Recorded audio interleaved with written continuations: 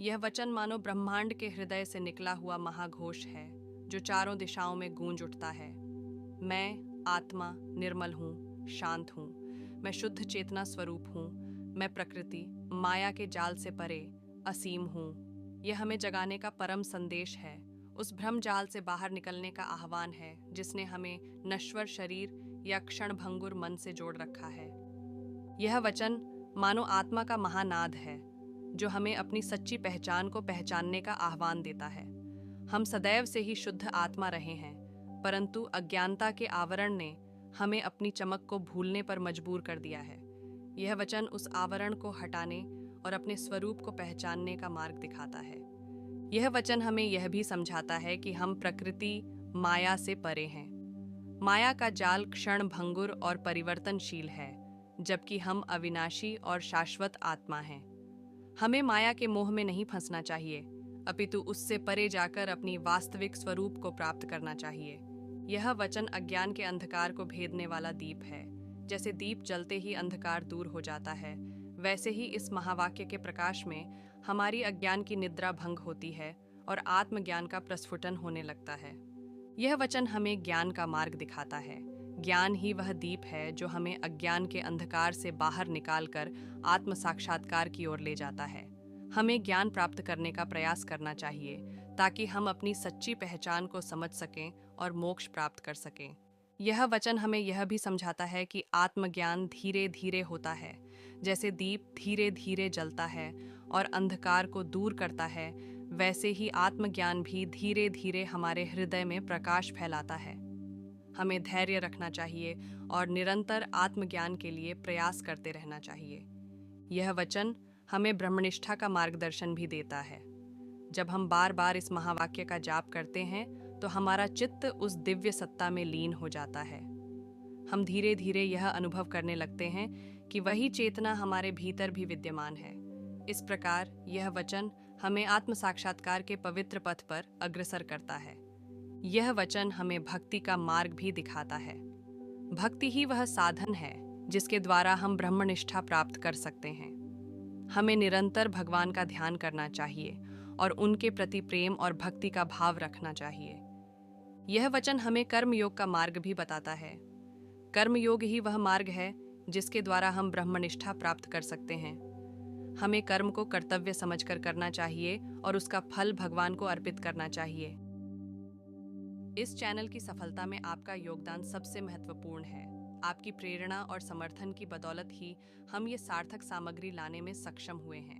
यदि आप चाहें तो सुपर थैंक्स के माध्यम से या हमारी मेंबरशिप ज्वाइन करके हमें आर्थिक रूप से सहायता प्रदान कर सकते हैं। यदि आप आर्थिक रूप से समर्थन नहीं भी कर सकते तो भी कोई बात नहीं, हम आपके लिए बेहतरीन वीडियो लाने की पूरी कोशिश जारी रखेंगे।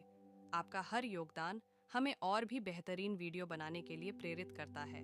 आप हमारे लिए बहुत ज़रूरी हैं और हम आपके आभारी हैं। धन्यवाद। हमें कर्म को कर्तव्य समझकर करना चाहिए और उसका फल भगवान को अर्पित करना चाहिए। यह वचन मानो हमारे अंतर में अध्यात्म के बीज का अंकुरण करता है। जैसे सूर्योदय होते ही कमल खिल उठता है, वैसे ही इस महावाक्य के चेतन स्पर्श से हमारी अज्ञान की निद्रा भंग होती है और आत्मज्ञान का प्रस्फुटन होने लगता है। यह प्रस्फुटन धीरे धीरे विशाल वृक्ष का रूप ले लेता है, जिसकी शीतल छाया में हम आत्म साक्षात्कार का फल प्राप्त करते हैं। यह वचन हमें बताता है कि अध्यात्म का मार्ग एक निरंतर चलने वाली प्रक्रिया है। जैसे बीज को पौधा बनने में समय लगता है, वैसे ही आत्मज्ञान को विकसित होने में भी समय लगता है। हमें निरंतर अभ्यास और साधना करते रहना चाहिए। यह वचन हमें यह भी याद दिलाता है कि अध्यात्म का मार्ग कठिन हो सकता है, लेकिन उसका फल मीठा होता है।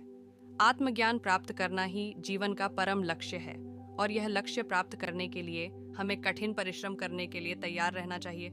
यह वचन हमें अहंकार का नाश करने का भी उपदेश देता है।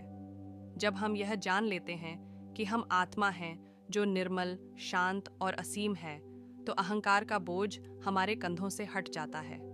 हम हल्के और मुक्त महसूस करने लगते हैं। ये वचन हमें विनम्रता का महत्व सिखाता है। अहंकार हमें दूसरों से अलग और श्रेष्ठ समझने का भ्रम पैदा करता है। विनम्रता हमें यह समझने में मदद करती है कि हम सभी ईश्वर के अंश हैं और हमारे बीच कोई भेदभाव नहीं है।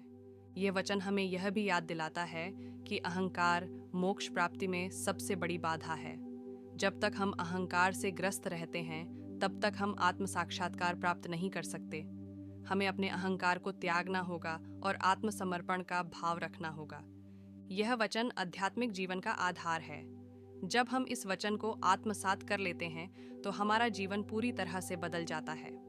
हम कर्म, भक्ति, ज्ञान और योग सभी मार्गों पर समान रूप से अग्रसर हो सकते हैं। यह वचन हमें कर्म का महत्व सिखाता है। कर्म वह साधन है जिसके द्वारा हम अपने अज्ञान को दूर कर सकते हैं और आत्मज्ञान प्राप्त कर सकते हैं। हमें कर्म करते रहना चाहिए, लेकिन हमें कर्म फल की आसक्ति नहीं रखनी चाहिए। यह वचन हमें भक्ति का महत्व भी बताता है। भक्ति वह मार्ग है जिसके द्वारा हम ईश्वर के प्रेम में लीन हो सकते हैं। हमें निरंतर ईश्वर का ध्यान करना चाहिए और उनके प्रति प्रेम और भक्ति का भाव रखना चाहिए।